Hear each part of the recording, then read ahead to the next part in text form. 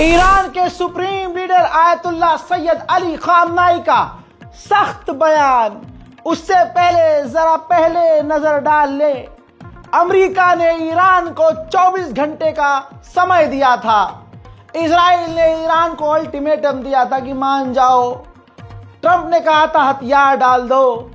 Iran का मोटा नुकसान, ईरान में भारी तबाही, ईरान पर बड़े हमले, ईरान की न्यूक्लियर फैसिलिटी का तबाह होना, ईरान के कमांडर रिजीम का पूरी तरह से हिल जाना, ईरान की फौज को बड़ा नुकसान पहुंचना, ईरान के मिसाइल्स को नुकसान पहुंचना, ईरान के मिसाइल लॉन्चिंग पैड का तबाह होना, ईरान के लोगों का परेशान होना, ईरान में इमरजेंसी लागू होना, इन तमाम चीजों के बावजूद न जाने ये कौन सी ताकत है जो ईरान को झुकने नहीं दे रही है।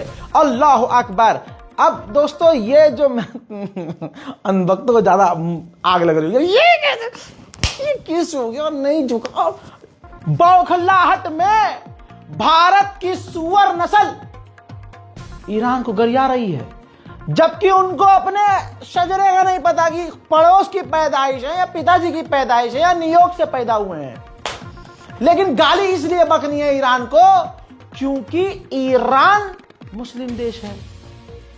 तवज्जो है हजरात, इनको करते हैं बिल्कुल जैसे कुत्ते की टट्टी बड़ी होती है ना, एक किनारे कर देते हैं, देखते ही नहीं, ऐसे करना है।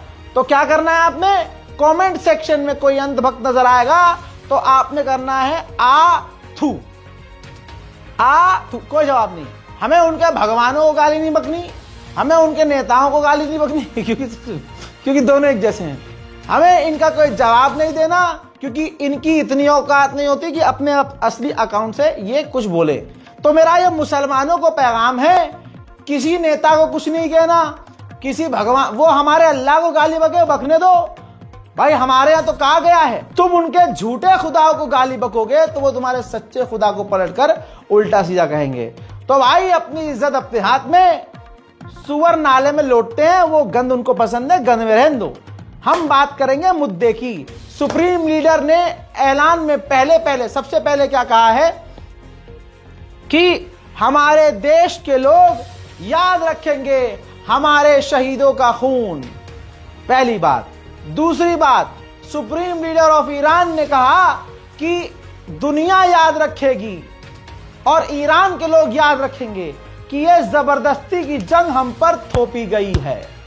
उन्होंने साफ कह दिया कि हम जबरदस्ती की शांति एक्सेप्ट नहीं करेंगे, यानी हमें धमकाकर, जंगबंदी करवाकर, अपनी शर्तों को मनवाकर हम ऐसे जंग बंद नहीं करेंगे।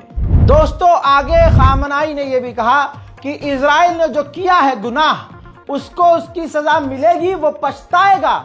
उसने जो हमारे एयर स्पेस का वायलेशन किया है उसकी सजा उसे मिलेगी। समझदार लोग जो ईरान का इतिहास और ईरान को जानते हैं वो अच्छे से जानते हैं हमारा इतिहास क्या है और ईरान कभी किसी के आगे नहीं झुकेगा।